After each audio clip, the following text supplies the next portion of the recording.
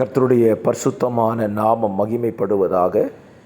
ஆசீர்வாதமான ஒரு நல்ல காலவேளையிலையும் அனுதின மன்னா என்கிற வேத தியானத்தினால் உங்களை சந்திப்பதிலே மிகுந்த சந்தோஷம்.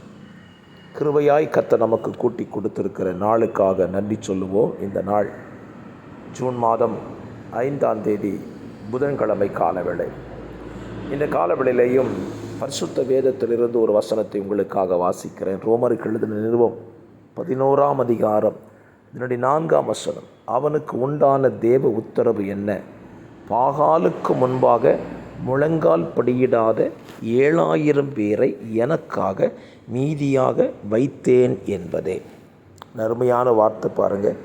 பாகாலுக்கு முன்னால் முழங்கால் படியிடாத 7000 பேரை மீதியாக வைத்தேன் என்பதே. அப்படியானால் ஒரு கேள்வி இங்கே எழும்புகிறது. நம்மளே பலரும் பல நேரத்தில், ஆண்டவரே நான் ஒருவர் மாத்திரம்தான் கஷ்டப்படுறேன், நான் ஒருவர் மாத்திரம்தான் இப்படிப்பட்ட நெருக்கத்தின் பாதையில் போகிறேன்னு சொல்லி ஆண்டவரிடத்தில் நாம் புலம்புவது உண்டு. இந்த காலவெளியில் கர்த்தர் சொல்லுகிறார், அந்த புலம்பலுக்கெல்லாம் ஒரு பதில். 7000 பேரை எனக்காக மீதியாக வைத்தேன் என்று சொல்லுகிறார். என்னை கேட்கிற அருமையான கர்த்தருடைய பிள்ளைகளே, உங்கள் வாழ்க்கையில் படுகிற நீங்கள் பாடுகள், உபத்திரவங்கள், நெருக்கங்கள் உங்களுக்கு மட்டும் சொந்தமானதல்ல. உங்களைப் போல ஏராளம் கர்த்தருடைய பிள்ளைகள் இந்த நெருக்கத்தின் பாதையிலே கடந்து போய் கொண்டிருக்கிறார்கள். ஆகிலும் அவர்கள் யாருக்காக இருக்கிறார்கள் பாருங்கள். அழகாக சொல்கிறாரு, எனக்காக மீதியாக வைத்தேன்.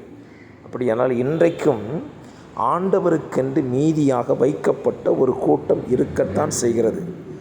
நாம் இன்றைக்கு வாழ்ந்து கொண்டிருக்கிற காலகட்டத்தில் சத்தியத்தை மறுதலிக்கிற, உபதேசத்தை மறுதலிக்கிற, பரிசுத்தத்தை மறுதலிக்கிற ஏராளம் ஜனங்கள் தேசத்தில் இருக்கிறார்கள், கர்த்தருடைய சபைகளில் இருக்கிறார்கள். அவர்களை பார்க்கும்போது நமக்கு வேதனை வருகிறது.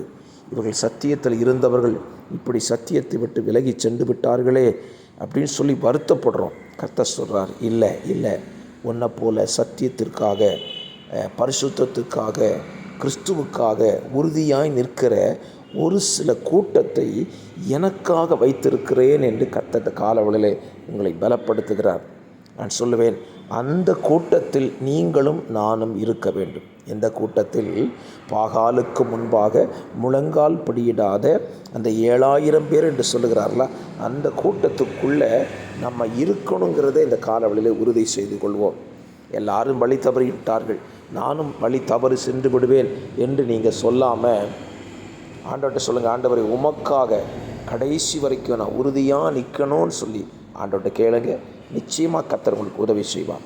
பரிசுத்த பிதாவே, இந்த காலவெளியிலேயும் தந்த நல்ல வார்த்தையின்படி எங்கள் வாழ்க்கையில் உமக்காக வாழுகிற நல்ல ஒரு வைராக்கியத்தை பரலோகத்தின் தகப்பன் எங்களுக்கு தருபடியாய் ஜெபிக்கிறேன். ஆண்டவரே, வார்த்தையை கேட்ட பிள்ளைகள் அப்படியே ஆசீர்வதியும்.